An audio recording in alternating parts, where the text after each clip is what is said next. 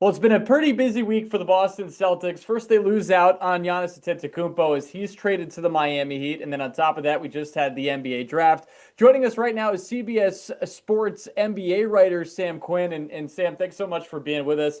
We have to start with the fallout here from the Giannis trade and where things stand now with the Celtics and Jaylen Brown. How would you characterize the relationship between the organization and one of the team's star players after he was ultimately not traded by the team to the Bucks? I would say the only people that really know the answer to that are Brad Stevens, Joe Mazzulla, and Jaylen Brown.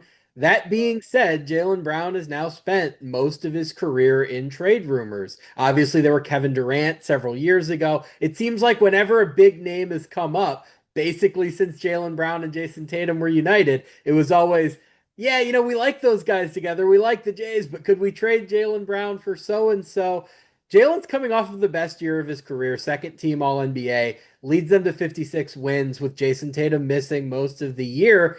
You do start to wonder if maybe the team and Jaylen Brown have outgrown this partnership, if he's ready to have his own team. Obviously, he said on Twitch that this was, I believe he said, the most rewarding year of his career, something to that effect.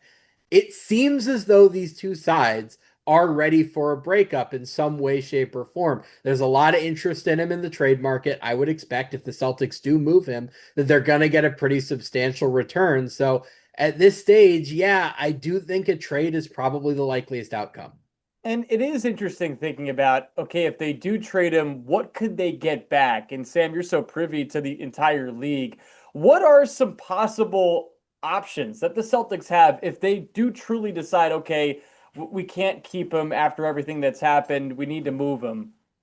So I think getting a center, a long-term option at center would probably be the priority, would be the first choice. Evan Mobley is kind of the dream target that you've seen thrown around. If Cleveland wasn't going to trade him for Giannis, I don't know that he's really on the table. But you look around the league, like Ime Udoka coaching in Houston. Would the Celtics be interested in getting Alperen Şengün from the Rockets? I don't know that he necessarily fits their profile of a center who shoots and defends. I'm thinking to Al Horford and Kristaps Porzingis. Maybe that's a fit. Portland has a million draft picks, including several from Milwaukee that look more valuable now that Giannis Antetokounmpo is gone. Atlanta has Onyeka Okongwu, who is that kind of, stretchier shooting big man who can move a bit on the perimeter. There are a lot of options here. When you're talking about a wing specifically, somebody who can play both offense and defense is positionally versatile, like Jaylen Brown. Most of the league is going to be interested. It's going to be a matter of who can afford to fit him onto their balance sheet and who has assets that interest the Celtics. But, you see this in trades sometimes, like point guards tend to be harder to move because there are more of those smaller players. When Trae Young got traded during the season, it was essentially just a cap dump, for instance.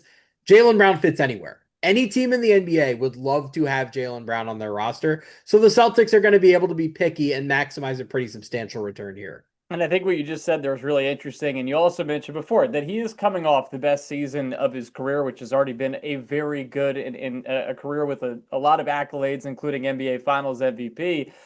So, you look at this team right now, Sam, if they do stand pat, I mean, this is a group that did win 56 games last year. I know they lost in the first round, but they were without Jason Tatum for a significant portion of the season, and they were the number two seed. So, where do you think they would stack in the Eastern Conference if they don't ultimately trade Jaylen Brown? I think what we learned in the Philadelphia series was that the Celtics, as currently constituted, are not good enough to win a championship. They can win 56 games, they could win a round or two in the playoffs.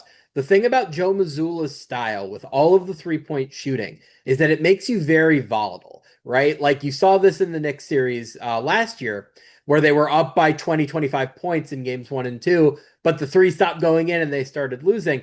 That makes you vulnerable to getting upset like they were against Philadelphia. It also gives you the upside to potentially knock off a better team. I don't think you can win 4 rounds playing that style, at least in the NBA as it is today. When the Celtics won their championship in 2024, they did it with Jason Tatum on the 25% max contract, which is the smallest max contract, and Jaylen Brown making less than the max. Now both of them are making 35% of the cap on super max deals.